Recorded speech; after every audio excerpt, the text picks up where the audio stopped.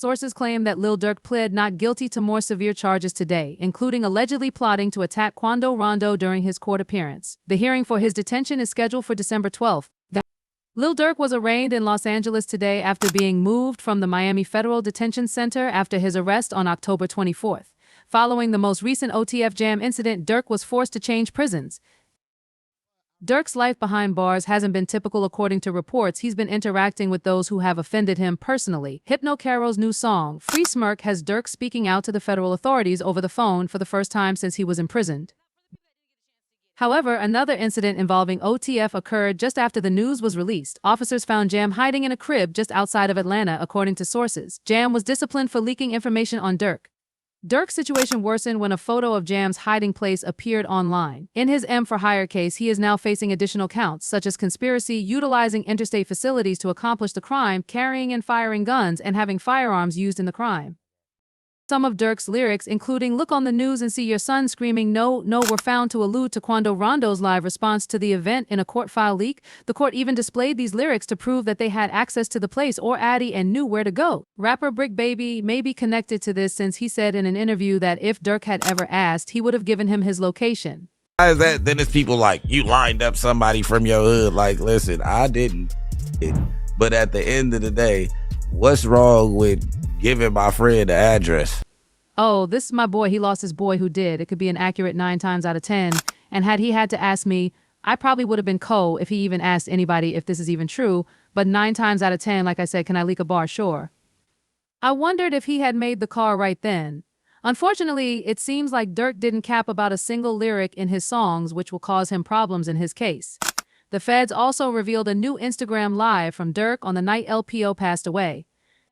A common tactic criminals try to use is creating their alibi when they know a crime is happening at the moment, as the feds claim Durk was trying to do this by going live on Instagram. Boy, we little folks, right? Hey, somebody said SL say slap for Khan. Look, KH, who died, yeah, what Goofy noted that he told bro like a cheeseburger cheesy over here, stupid little boy. This is real Wharf, you all, Jules be all over for real. Hey, I know what to be to blood. What's that like, everybody? That cheese you're doing shout outs, man, you got to know your jewelry.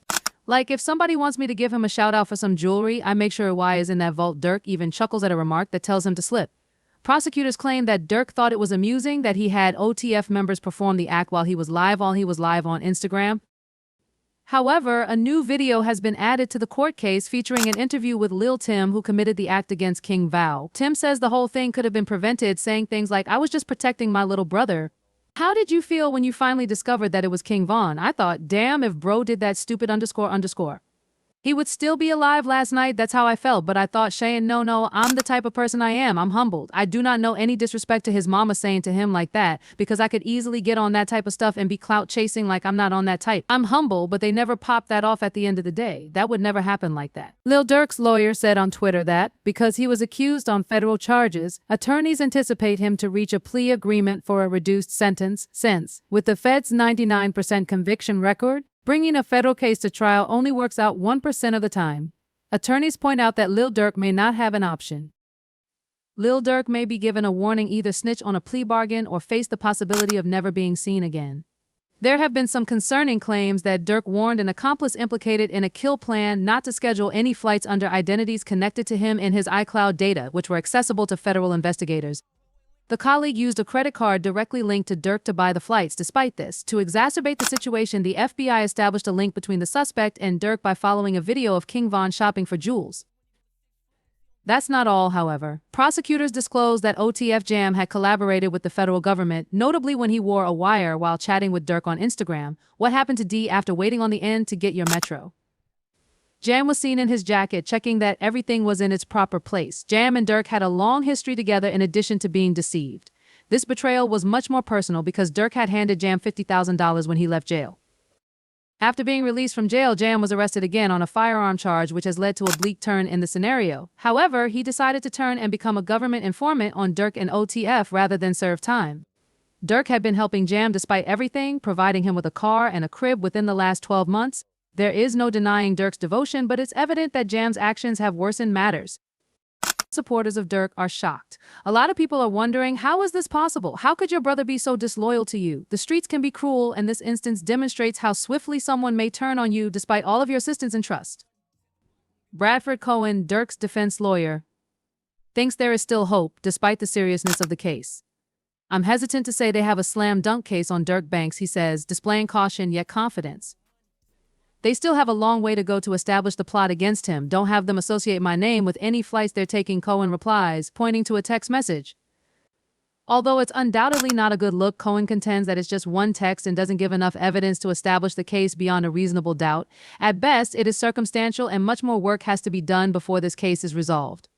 We have to wait and see what other evidence they have. If they have a snitch, if they have videotapes or audio tapes of him saying something, I think that's a lot different than, hey, just make sure you don't associate my name with these guys. Intense circumstances have surrounded Durk and the recent court cases, and there is growing conjecture that he is attempting to disassociate himself from those involved. According to others, Durk may be trying to place the responsibility elsewhere by accusing somebody like Grant or another member of his inner group. The story may go something like, hey, make sure this doesn't come back to me, indicating an effort to escape accountability for any acts that may have occurred while he was watching. It's an intriguing strategy that might mean different things depending on who is seeing it.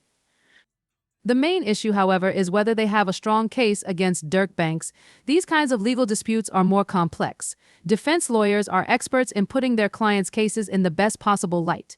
They are skilled in fabricating stories, offering counter-arguments, and taking advantage of any holes in the prosecution's case. These lawyers know how to flip the tide in their client's favor since they have previously dealt with issues like this. Therefore, even though the prosecution may think they have a solid case, it is too soon to predict exactly how it will turn out. When questioned about the likelihood of his release, Durk's defense says the situation is a little more nuanced. The degree to which the U.S. attorney or the assistant U.S. attorney also cares about taking him down might determine whether he gets released if no one else betrays him. Deals too good to refuse will probably be offered to those in his circle if they desire him. However, what does such a contract look like? In essence, they will target the low-hanging fruit first. This describes those who were not at the heart of the crime but were nevertheless engaged. These are the individuals who can provide helpful knowledge without bearing direct blame for the worst deeds. For instance, it may be someone who was there but did not commit the crime. Authorities are constantly searching for the individual who is most likely to flip and provide them the information they want, so if they refuse to comply, they will go on to someone else.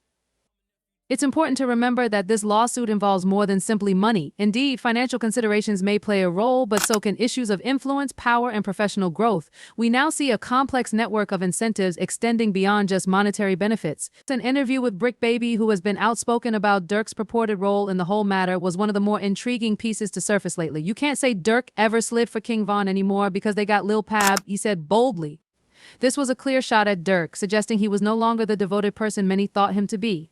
Brick Baby then expressed remorse for his harsh remarks, acknowledging that he may have been out of line during that interview.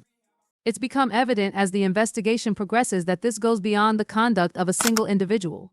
5 Chicago gang members with connections to Durk's OTF-only the family group have now been linked by the government to a fresh round of accusations. According to reports, these people are being paid to assault Quando Rondo, and the incident is happening in Los Angeles. This discovery adds to the complexity by demonstrating the extent of the problem and the possible number of parties involved. Given the complexity and number of moving pieces in this scenario, it is understandable that Durk's defensive staff is putting in extra effort to fend off the growing pressure. To put it mildly, it's a disaster with betrayals, power battles, and strong links to the streets all contributing to the overall story. As the case develops, there will undoubtedly be more twists and turns, and everyone will eagerly watch how everything plays out. With so much at risk, it isn't easy to see how this will all turn out, and Durk's future is on the line. Suspects in cases where Lil was alive risk punishment if found guilty, he adding that the indictment claimed their flights and rental cars were purchased for using credit cards connected to OV. However, was this an attempted hit? As everyone comprehended what had just transpired, that Brick Baby had publicly criticized Durk for his possible participation in a string of crimes, the tension in the room was evident. A blatant charge caused a stir in the environment, not simply a casual remark. What had been conjecture was now being discussed in public. Prosecutors rapidly constructed their case, presenting a problematic image of Durk's might and influence. The prosecution claims that Durk poses a severe danger to his community because of his money and notoriety as a rapper. With that type of authority, he could easily plan illegal actions without getting his hands dirty. His influence is enormous. According to the prosecution, Durk is more than simply a rapper. He has the means to employ others to commit violent crimes on his behalf. As an illustration of how Durk reportedly exploited his position to plan lethal acts from a distance, they cite the hit on Lil Pay B. According to the argument, Durk may not even need to carry out the crimes himself because of his extensive network and power. He could just order others to carry them out. The tone of this case is becoming even more sinister. The issue only became worse after King Von's untimely death. The ensuing debate revolved around Quando Rondo, a key player in the ongoing intrigue, and his gang. Quando released a song shortly after Von's death that seems to allude to the violent incidents. He described how his group sprayed him, "Lights out, we did the dash in that Durango, jumped out with that pipe out, told him to pipe down when a guy raced up on him" in the song's lyrics. It was a direct allusion to the fatal conflict, and officials think the songs were more than artistic expression, they were kind of admissions. The prosecution claims that this is when Durk reportedly started the process of getting rid of Lil Pab. Durk saw the matter as far more complex than a few rap lines. He continued to rap about his role in the events that unfolded while he was in the studio. He rapped, "They like Durk, he's a singer, he won't do anything, but whatever you choose to think, I struck your parents," which is a very revealing sentence. Anyone listening received a disturbing message from this audacious remark. According to the prosecution, these poems demonstrate Durk's determination to utilize his position and power for evil intent rather than only being lyrical reflections.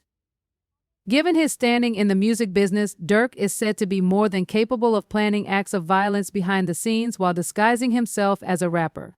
In light of this approach, the prosecution contends that Durk is a major threat to the community at large and to his adversaries. His capacity to take advantage of others and circumstances is seen as a serious worry. The court struggle is growing more intense, and it's evident that the prosecution wants to portray Durk as someone who has been committing crimes with his riches and reputation without ever getting engaged. Now, the issue is whether Durk can defend himself against such grave accusations and how much weight these accusations will have in court. The case is far from done, and it's becoming more evident that the stakes are pretty high as the facts come to light. We then learned that Lil Pab just died away. After an altercation between a rapper from Savannah and one of his crew members in Los Angeles, authorities are now searching for 3 persons. The event was captured on video. Quando returned with lines like, "My favorite OP went, his sister talks too much, no, I don't like her, still grieving over the death of Lil Pab." Durk also wrote some songs about it. These lyrics are now included in his case. According to the court, Timmy even rolled her brother up while wearing Nike trainers. It's wild, you can hear the man in the vehicle yelling, "No, no," and losing it when you view the video.